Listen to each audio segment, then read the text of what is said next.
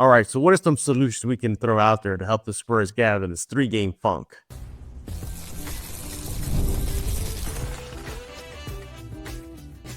You are Locked On Spurs, your daily San Antonio Spurs podcast, part of the Locked On Podcast Network. Your team every day. Hey, welcome back to Locked On Spurs, right here on the Locked On NBA Network. I am your host, Jeff Garcia, Spurs writer for Ken's 5 San Antonio. Glad to have you all back, and happy Tuesday, everybody. Hope you're all having a great day. And if you're in San Antonio, staying warm. Like, I used to live in the Northeast, New York City for like 20 years. This is nothing for me, but supposedly you guys, it's like a little baby, little snow, and all of a sudden, all chaos going on. This is me, t-shirt and shorts going out there. But nevertheless, I know you guys are not used to it, but stay warm and bundle up if you got to. And today's episode is brought to you by Prize Picks. Now's the perfect time to join. Download the app today. Use code LOCKEDONNBA for, you get yourself $50 instantly when you play your first $5 lineup. That's right. No need to get the bonus. At least to win to get the bonus. It's guaranteed. Prize Picks, run your game. What are we talking about today? Seeing your screen, if you're on the YouTube side, Spurs Solutions. What does it mean by that? So we know they're in a 3-game losing skid right now, and it's not like it's just an easy pill to swallow in these 3 games. Now they're being competitive. They're getting thumped. And that's even, just wait till we can throw out some numbers. So we're going to be looking at some solutions. What can the Spurs do that we think that, that could get them out of this 3-game skid? And then also we'll discuss, have teams figured out the Spurs? Is that what is really going on? Is the book on the Spurs out? We're going to be discussing that in a few seconds. But the Spurs are in Paris right now, but they go there on a 3-game losing skid, and it's not pretty. It really isn't. Same in yesterday's show. It's not like they're losing by 1 or they're staying competitive for at least 3.5 quarters. I'll take 3 quarters. We'll take that. No, it's just night and day. We're hanging in there in the first half, and then just the wheels come off in the second half. They're getting blasted. It's bad. It's really, really bad. What did I tell you? The defensive rating in just the second half alone, you're going to be wanting to take a shot of tequila or something like that because it is ugly and just no competitiveness, no fire in them. I don't know. It looks like they checked out, but we're going to try our best to throw out what we think could be some solutions to get them out of their funk. Hopefully, Mitch Johnson and everybody else is watching this show. Because we get paid to be armchair quarterbacks, right? Yeah, so Mitch is really going to be paying attention to Locked On Spurs. But if you are Mitch, here are some solutions the Spurs can use to snap that 3-game losing skid. Let's go and bring in our guest. Where is he? Oh, there he is. There's Rudy Campos. That made the fans go wild, right? As the fans go wild, why? Because you get welcome music. Yes, the rock music. There it is. I can just picture you, wearing that belt around your waist, kind of trotting down that WWE ramp, pointing at your opponent that's already in the ring, ready to throw down. The chances of that happening are really good, and I'll let you know why at the later part of lockdown. So I'll let you know because we launched something else. So yeah, that's another Sweep the League tidbit for you later. So it could be a possibility.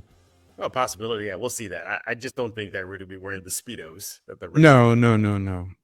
God, no, stay away from that. Yeah, stay away from that. All right, Rudy. He is with Sweep the League. Follow him on X at Sweep the League. And we'll just subscribe to it, and we'll talk about that shortly. But Rudy, you're coming on Locked On Spurs in a bad time for the Spurs. And I said in the intro, It's not like they're just being competitive. I would accept the losing skid if they were showing some fight. It's like, dang, they just got taken apart piece by piece by Memphis. Okay, fine. Memphis is a stronger team. All right, Miami. Okay, fine. Maybe they fought tooth and nail to the end, but it just came up short. They're not even showing up to games in the second half. It's as if we're supposed to play 4 quarters. We didn't know that. It's ridiculous. And we're working into our solutions. What have you been noticing about this team in this losing skid? Is it such, the dramatic shift from first half to the second half? Is it just no eye of the tiger? Or what's bothering you? It's the lackluster effort that comes out, and it's the last 3 games. I mean, you're talking about Miami. You're giving up right coming out of the locker room. You're giving up 46 points. Jeez. Both Memphis games, one of them was 40, I believe. The other one was 43. So I mean, on average, you're giving up about 42 points in one quarter, and you're only managing to Ridiculous. get to 25, 26 points. So Yeah. there goes the balloon of a lead there. So for me, it's that second half, like you mentioned. It's coming out of the locker room.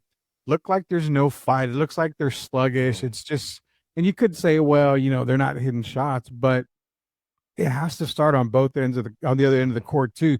You've got to be able to stop. And it's weird because you're starting the game off either down 2, up 10, maybe Right. down 4. You're competitive even into the second quarter. You're still competitive. There hasn't been really a game outside of, I believe, the Memphis game where they were, I think, outscored 33-23 in that second quarter. But, the thing, too, is that it just, you start off hot, you start off great, but then when you're coming out of the locker room, it's a whole different Spurs team, and I guess that's what we're here to try to figure out. Yeah. We're going to figure it out, but just to give you kind of a reaction, for those y'all know, especially in San Antonio, I usually host major Comic-Cons in San Antonio, and we had a recent one. And our good friend of the show, Raul Dominguez, he showed up, and we're talking. And obviously, I'm busy. I couldn't watch the Heat game for the most part. And it was so weird because when he showed up, I asked him, "Hey, so what's going on in the game?" He's like, "And mind you, this is the first period." He's like, "Oh, they're in it." I met up with him right around third period, not knowing it was third period. I just happened to be third period, and he was like, "Yeah, I mean that's all I need to know. That's all I needed to know." Yeah. Third period, he went like that, and I was like, "Geez," and it's odd. It's like something shifted because remember at the start of the season, that third period usually was their best period. That was usually like they would handle business at home. They would enter the fourth period if they were up in the third. They were undefeated for a while. We think there might be a comment thread why that happened. More on that later, but so that has gone away. It's just soul crushing to see how bad they're getting their butts kicked in the third and then collectively in the second half. Now, before we get into our solutions, just a little bit more ugliness. We got to get out of the way to set up the solution. So, Rudy, you mentioned the first period. So we're looking at some of the numbers in the first quarter. Okay, so we're just looking at first quarter only within the last 3 games, the losing skid. Okay, that's it. They're actually okay to come out of the gates. Mm-hmm. In the first quarter within the losing skid, they have an offensive rating of 117.1 and a defensive rating of 100. Not bad at all. But let me show you or read to you guys just how bad it is. Night and day. So let's fast forward to the third period within the losing skid. Offensive rating plummets to 92.5. This is even more sickening. Their defensive rating drops to 30th in the league, dead last. 159.3 defensive rating. This is just matador defense. This is just, we're going to sit down on the floor and, play some solitaire. You guys just going to score. I mean, they have no life. That is just abysmal, Rudy. They just can't sustain that. Your thoughts? Yeah. So sustaining it's crazy because you start the game so hot with your starting lineup. You would really think there's no way that you can get down that bad in the third quarter, especially if you started off so hot. But it's the adjustments that the other teams are making on the fly, man. I mean, you're seeing Miami, down 10 in that first quarter, starts to pull away a little bit in the second quarter, and then just completely obliterates them in the third quarter. It's defensive adjustments. It's coming out of the locker room. And I'm not gonna point the finger completely to a person, Jeff, but when you look at the coaching staff for the last few games that they've been on, it's experience. You make the adjustments coming out of locker room. Eric Spoelstra from Miami saw what was going on, got with his coaching staff. They made the adjustment at halftime, and look what happened: a 46-27 third quarter in favor of Miami. So could it be players? It could be Could it be coaching adjustments? It could be, but overall, it's all under the umbrella. It's Chris Paul, it's Harrison Barnes as your veterans. Yeah. But it's and I'm not calling them young, so I hope the fans and the listeners don't say that. It's the inexperience. It's the not having the winning culture. It's a lot of stuff. It's the coaching. Under Pop, there would be different circumstances being played in the second half. You'd probably see a team better adjusted in the second half. So it's so many things right now that to point it at one point, a finger at some side, it's almost irrelevant, to be honest with you. I think what it is mostly it's just adjustments. It's what has to be made. Yeah, I looked at this team, and for me, that's a great segue. Let's just stop right there. Rudy leading us into a great segue here. So let's go ahead and discuss the solutions for the Spurs, what we think the Spurs need to do to get out of this 3-game losing skid and just stop with this horrible, horrible third period. That's coming up next right here on Locked On Spurs with Rudy Campos of Sweep the League. Make sure to follow him on X at Sweep the League. But first, let's talk about FanDuel. From the first whistle to the final drive, FanDuel makes the NFL playoffs even more exciting. Right now, new customers can bet $5 and get $300 in bonus bets if you win your first bet. That's $300 to keep the action going. The FanDuel app is easy to navigate, so many ways to bet, keeps every game exciting.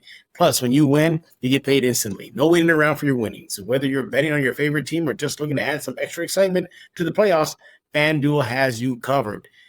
You want to go there right now. You want to go visit FanDuel.com to join today and get started with $300 in bonus bets. That's FanDuel.com. Make this playoff season unforgettable with FanDuel, an official sportsbook partner of the NFL.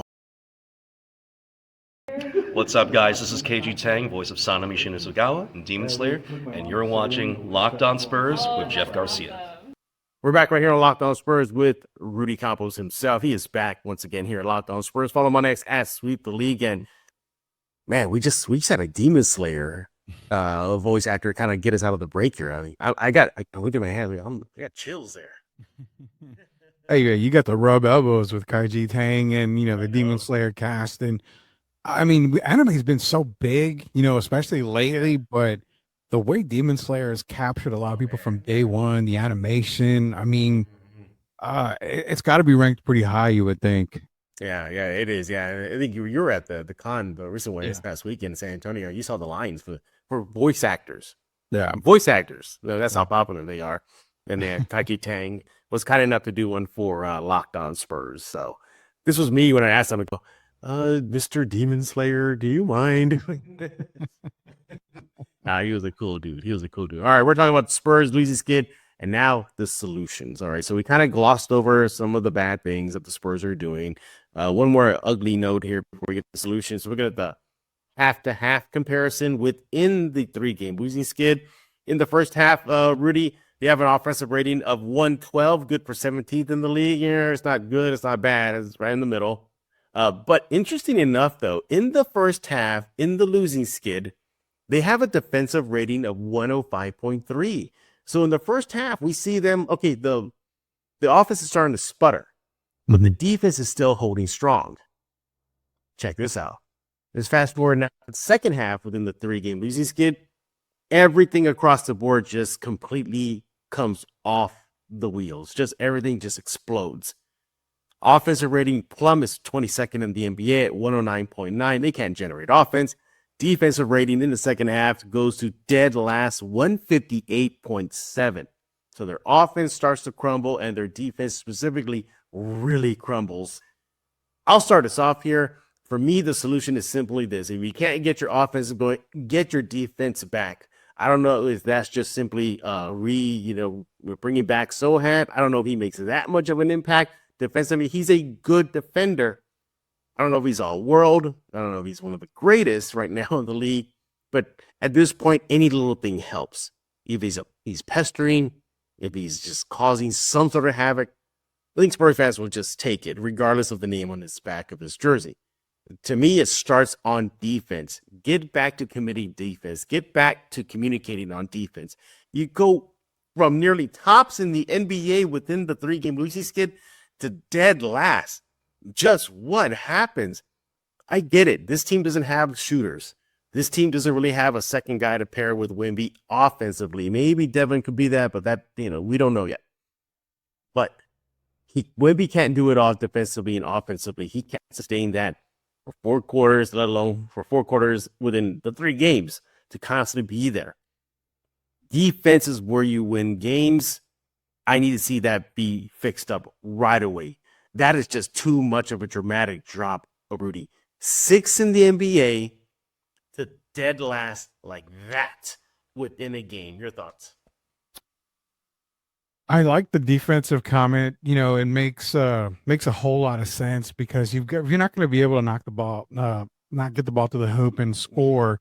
You got to be able to stop the other team at some point. But what I kind of see too is I got to see that adjustment. So I hate to beat a dead horse, but you and I talk so much about starting fast and then coming out of the locker room the exact same way. We know the best starting 5 throughout the year has been Castle, Paul, Barnes, Champagny, and Wemby. That's been the best starting 5. They've got shooters on the court. They've got defensive covered. They've got playmakers on the court. And not only that, look at their opponents. The only team in the last 5 games, Jeff, that they've had any issues with size is Memphis, where you have Jaren Jackson and Zach Edey. So in that instance, that's where if I'm the coaching staff, I'm saying, okay, we're going to maybe move Julian to the bench here. Sure. Or we're going to start a guy like Charles Bassey alongside Victor Wembanyama. You need an inside presence, and Bassey brings that for you. So there's minor adjustments to make, but with the fast start they have in the first quarter, my adjustment is make that same adjustment in the second half. So if you're going to start Devin Vassell, I wouldn't start Devin Vassell to start the second half. I would move him back to the bench and come off with Castle and then Champagny. That way you can kind of get a rhythm going. Remember, that starting 5 was really good at the beginning of the year. You saw win totals go up, so the numbers don't lie. That's what I would do as the adjustment, is start that starting 5 in the second half. You got defense, you've got shooting, you've got everything you need.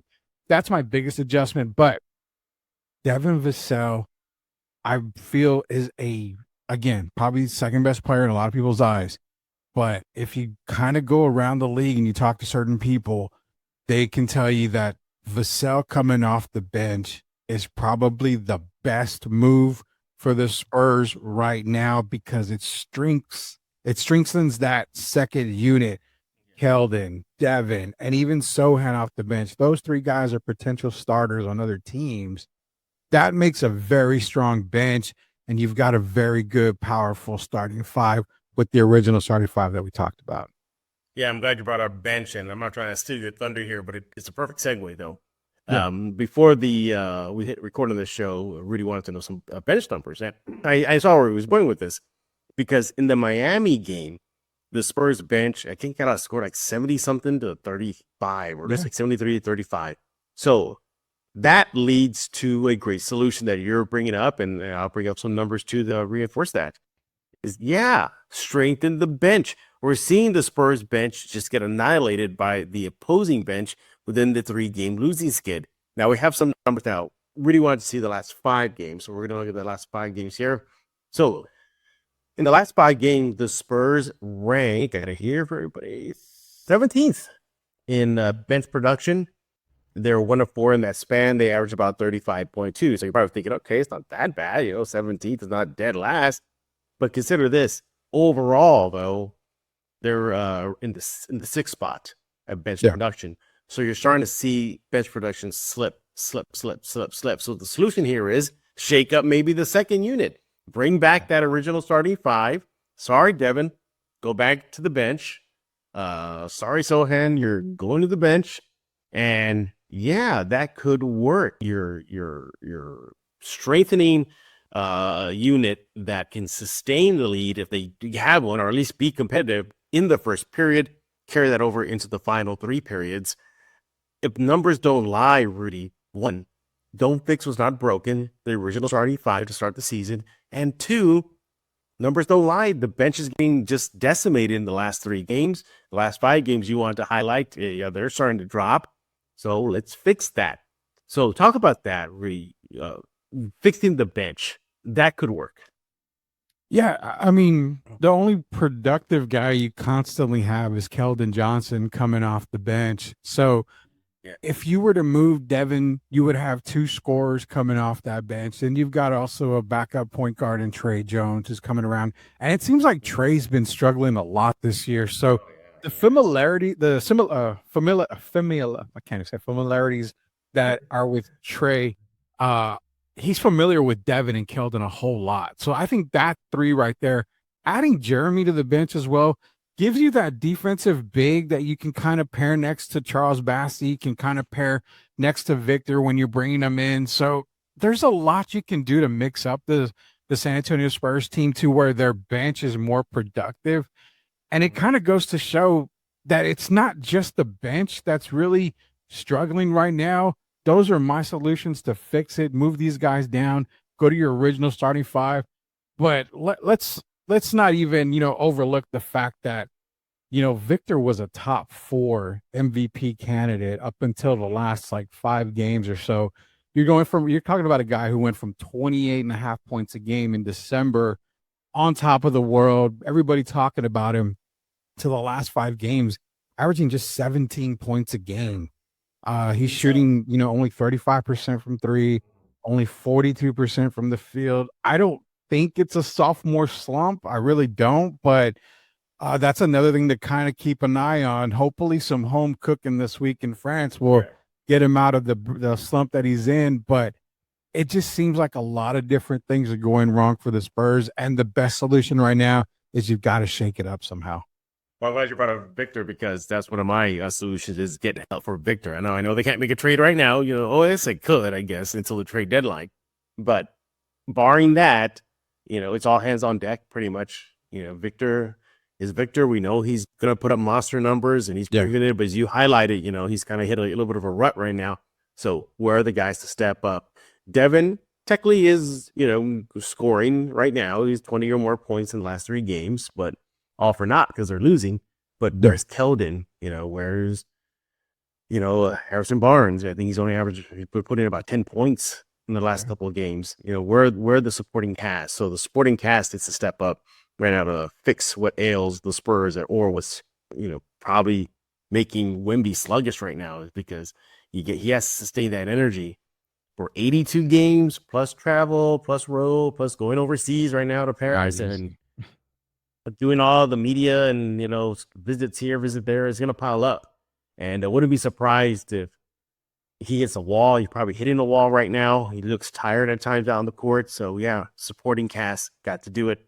Bench, everybody. So, hey, those are some of our quick solutions for the Spurs to get out of this slump. For me, it's a recommitment to defense from first half to second half. For Rudy, it's shaking up that starting 5, which also kind of leads into this with the bench. But what do you think? What are some solutions for you? Is it somebody we didn't talk about, Mitch Johnson, trying to just make in-game adjustments? That could be one too. So there's so many things that are going wrong for the Spurs. We need to hear from you. What do you think? Tell us what you would do right now. What prescription would you subscribe to the Spurs to cure what ails them? You let Rudy know on X at Street the League. You let me know by simply following the Locked On Spurs YouTube page and subscribing to that, as well as the Locked On Spurs newsletter. We're not done talking. When we get back, we're going to ask the big question. Have the Spurs been figured out? Is the book on them out already? That's coming up next right here on Locked On Spurs. But first, let's talk about Prize Picks. Basketball season is heating up, and there's no better way to get real money action while watching your favorite NBA stars than with Prize Picks. Whether you're a diehard fan or just love some friendly competition, Prize Picks makes it easy and fun to turn your basketball knowledge into cash. Here's how it works. Pick more or less on at least two players for a shot to win up to 1,000 times your cash. Think LeBron's going to drop 30? You think Wemby's going to grab 20 rebounds? Or maybe Luka Doncic is going to get more than 8 assists? Prize Picks lets you make your predictions and put your money where your mouth is in just 60 seconds. Look, you got to use Prize Picks all season long. You'll have a blast. You were able to pick players, like from Wembanyama to Devin Vassell to Jeremy Sochan. Pick a player on your favorite Spurs team, and yeah, you'll have some fun with it with using Prize Picks. It's the kind of action that I'm talking about. And with Prize Picks Flex Pay option, even if one of your picks don't hit, well, you can still double your money. Plus, once you hit, you get money fast, sometimes in quick as 15 minutes. And honestly, the best way to keep up with the exciting game of NBA. Now is the perfect time to join. Download the app today. Use code ROCKTHENBA to get $50 instantly when you play your first $5 lineup. That's right. No need to win to get the bonus. It's guaranteed. Prize Picks, run your game.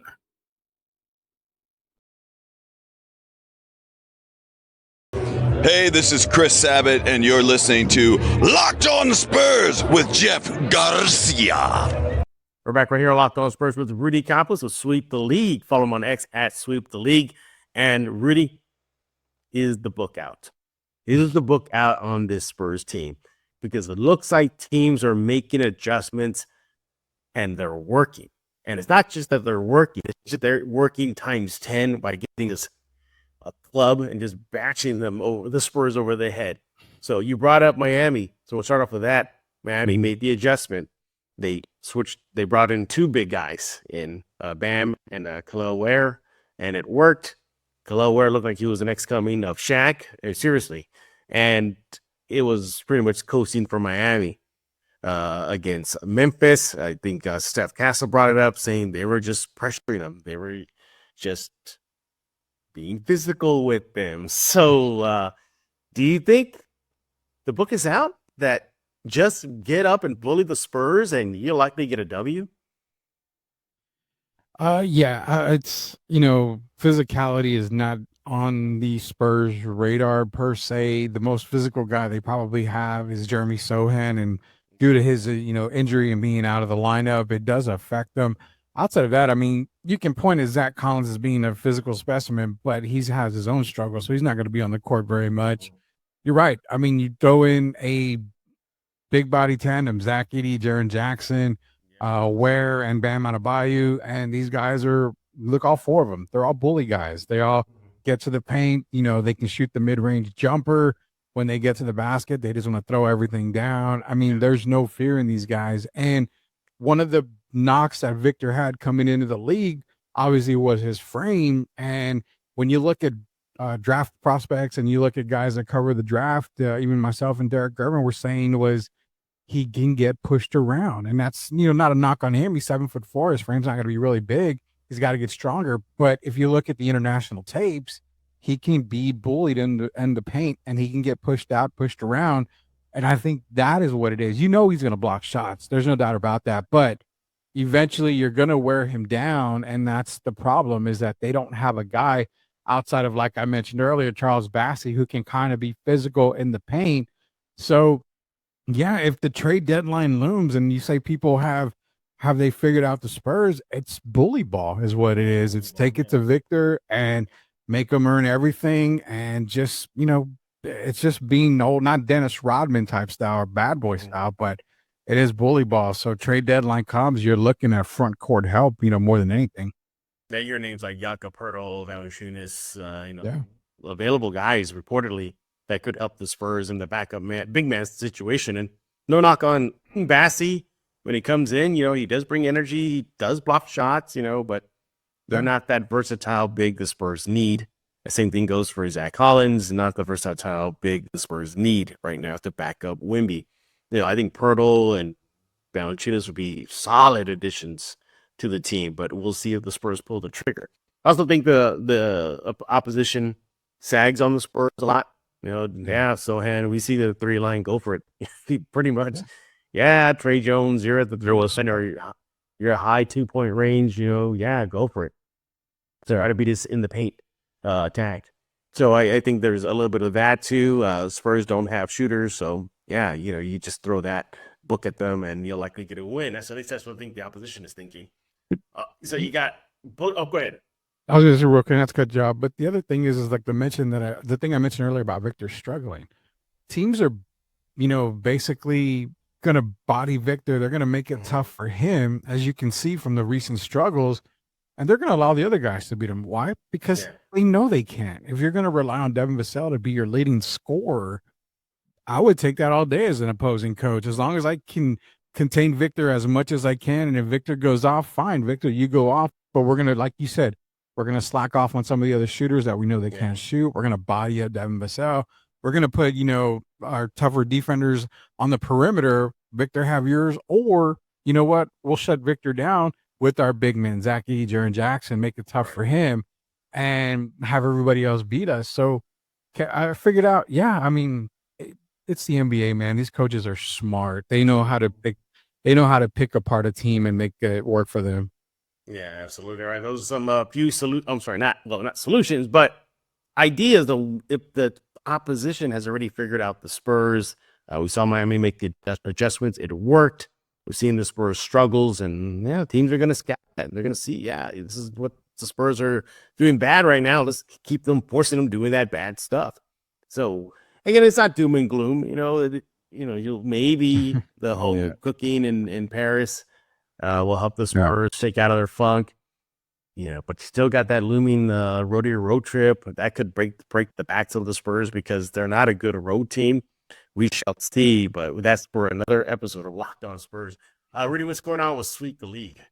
Yeah, so Sweep, we've launched 2 new content podcasts for, again, to benefit everybody else. One of them is called Grading the Market, where we dive into collectibles, we dive into cards, and everything from PSA grading. We actually have content creators from Sports Illustrated that have joined us, and they're going to be on with us for Grading the Market. So that'll be on our YouTube channel, which is Sweep the League TV. Plus, we've launched a wrestling podcast now called STL 316. So that'll be premiering weekly. We'll have content on there. Right now, it's about a 20-30 minute show, but it'll grow.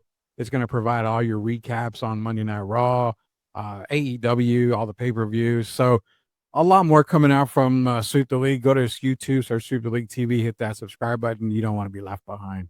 There you go. Follow me on X. That's Sweep the League, so you don't get left behind. Don't want to do that because it's pretty much out of the ramp there. Get ready to throw the 2-0 move on him. Well, Rudy's 2-0 move. Oh God, I couldn't even jump like halfway through that, so there's no way I can do anything. Just nudge you like this. Yeah, just give a finger and hopefully you go down. All right. Yeah. Follow Rudy on X. That's Sweep the League. Hey, thanks for making Locked On.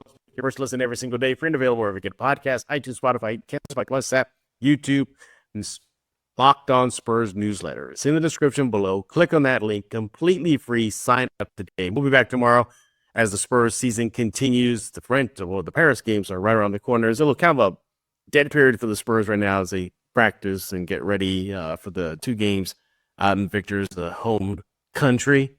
But we'll keep it going. Yeah. Also, too, it looks like Chris Haynes, NBA reported that Steph Castle got an invite to the slam dunk contest, Rudy. Yeah. So heads up on that, too. About time, too. I don't think any Spur won the slam dunk contest, right? No Spurs. No, I know Cadillac Anderson was a part of it, but he's never won. No Spurs ever won it. No Spurs ever won it. Was Alvin Robinson part of it? I don't remember Alvin. No. I don't remember if he was. I remember Cadillac got it. Cadillac got invited. I know Sean Elliott got an invite, but then he declined or something like that. Yeah, because he was supposed to do the python, where he had the python around his neck and he was going to dunk it, but they wouldn't allow it, so he declined that. I remember that because I remember like, holy cow, how can you dunk with a snake around your neck? That's crazy. Nowadays, probably be like allowed. I think now you'll be allowed. Yeah, way to go, NBA. See, Sean Elliott was ahead of the times. You took that away from him, but hopefully Steph Castle will accept that invite. So see, some liked the end of the tunnel right now. You got to throw a bone to some of these teams, man. Exactly. All right, so for Rudy Campos, I am Jeff Garcia. We're going to put a lock on this episode of Locked On Spurs.